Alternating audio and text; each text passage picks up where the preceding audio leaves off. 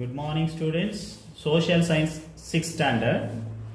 Today we are going to discuss about Geography, lesson number 11, chapter Globe and Maps.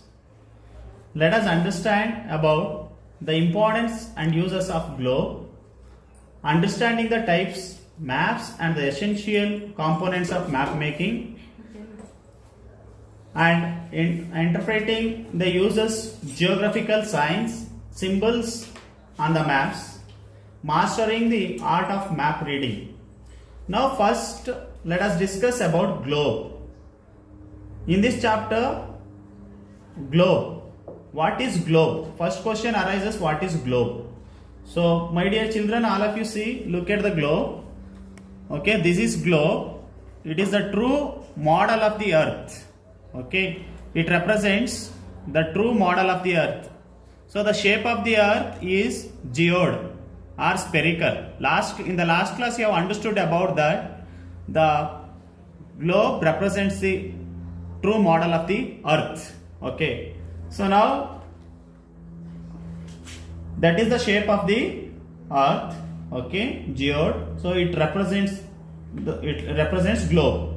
Now through that we can understand that if we look at from the satellites, it's give a real shape of the earth, but we can see only one side of the earth.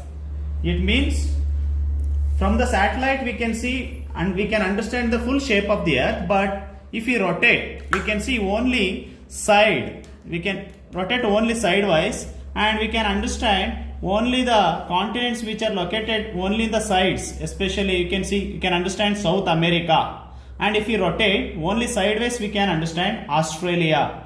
So like that, next you can see South America. So like that only sideways we can understand, but if we look at from the satellite we could understand the entire globe or entire earth. Okay, so the shape of the earth. So that is about the globe. And now let us understand about the features of a globe. What are the features? The globe is a miniature model of the earth. It is a true representation of the earth's spherical shape and not flat as seen on the map. Okay, how the map looks?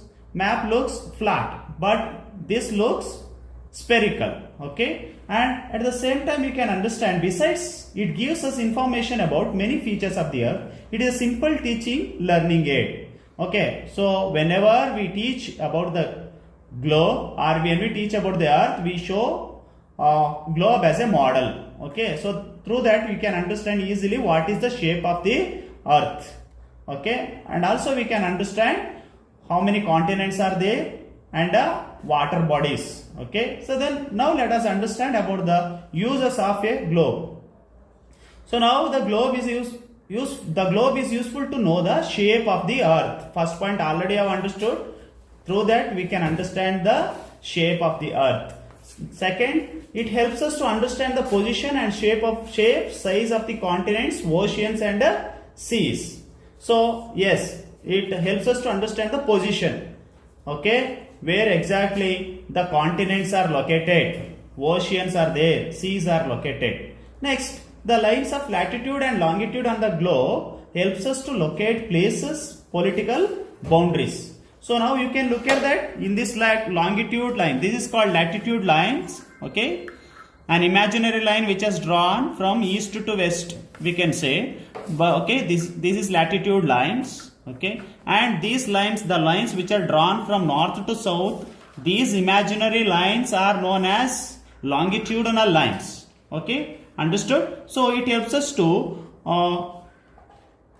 understand, or it helps us to understand about the political boundaries. Okay, so this is and also it shows the distance, okay, location, etc.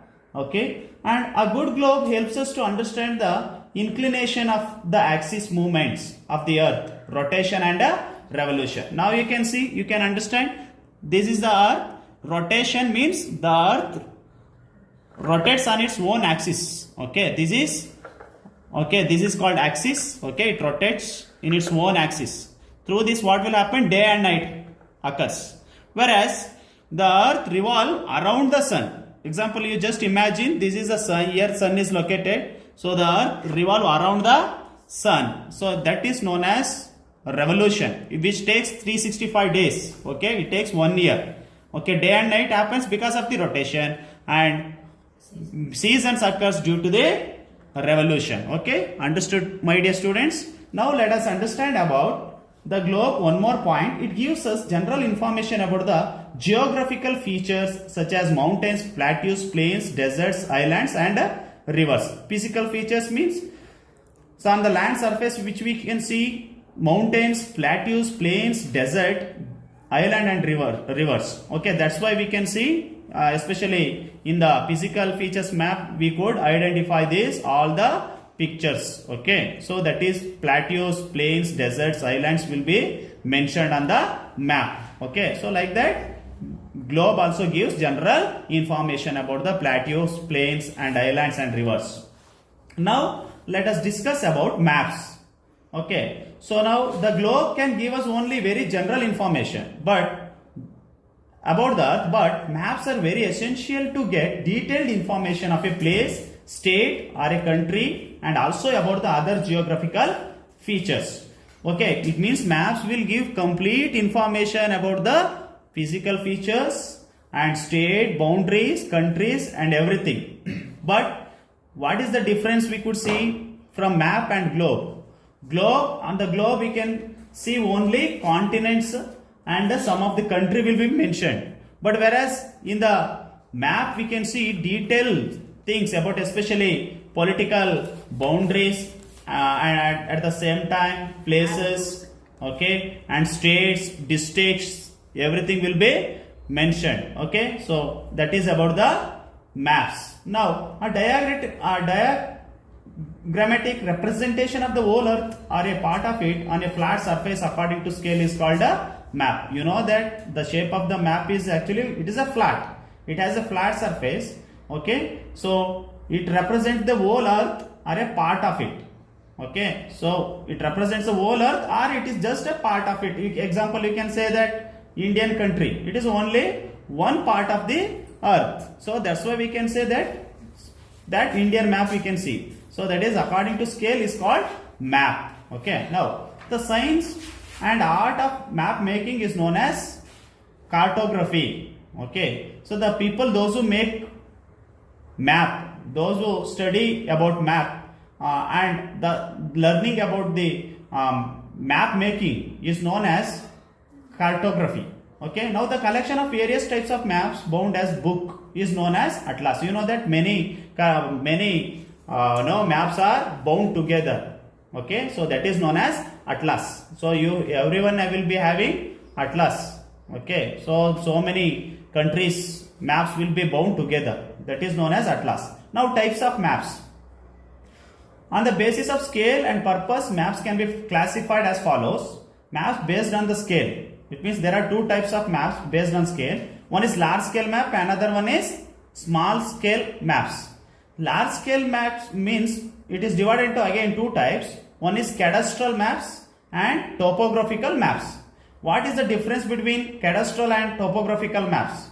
Cadastral maps actually which gives information about the individual property. Example, one layout, it will be owned by a person or one person. So that entire thing will be shown through the cadastral map. But what is topographical map? Topographical means it studies about the land surface, topography. So it gives complete information about the physical features of the earth. Okay, that is known as the topographical map. Our topographical map show detailed surface features, including vegetation, mountains, plateaus, and even whatever the layout and whatever the individual properties there, every detail will be shown in the topographical map. Now let us understand what is small scale maps. Small scale maps represent large areas of the world, continents and countries. There are two types. One is wall maps and atlas maps. Okay, so wall maps are larger in size than the atlas. Already I told you atlas is a small scale map, and where only little information will be given, or particular country's information will be provided in that particular page.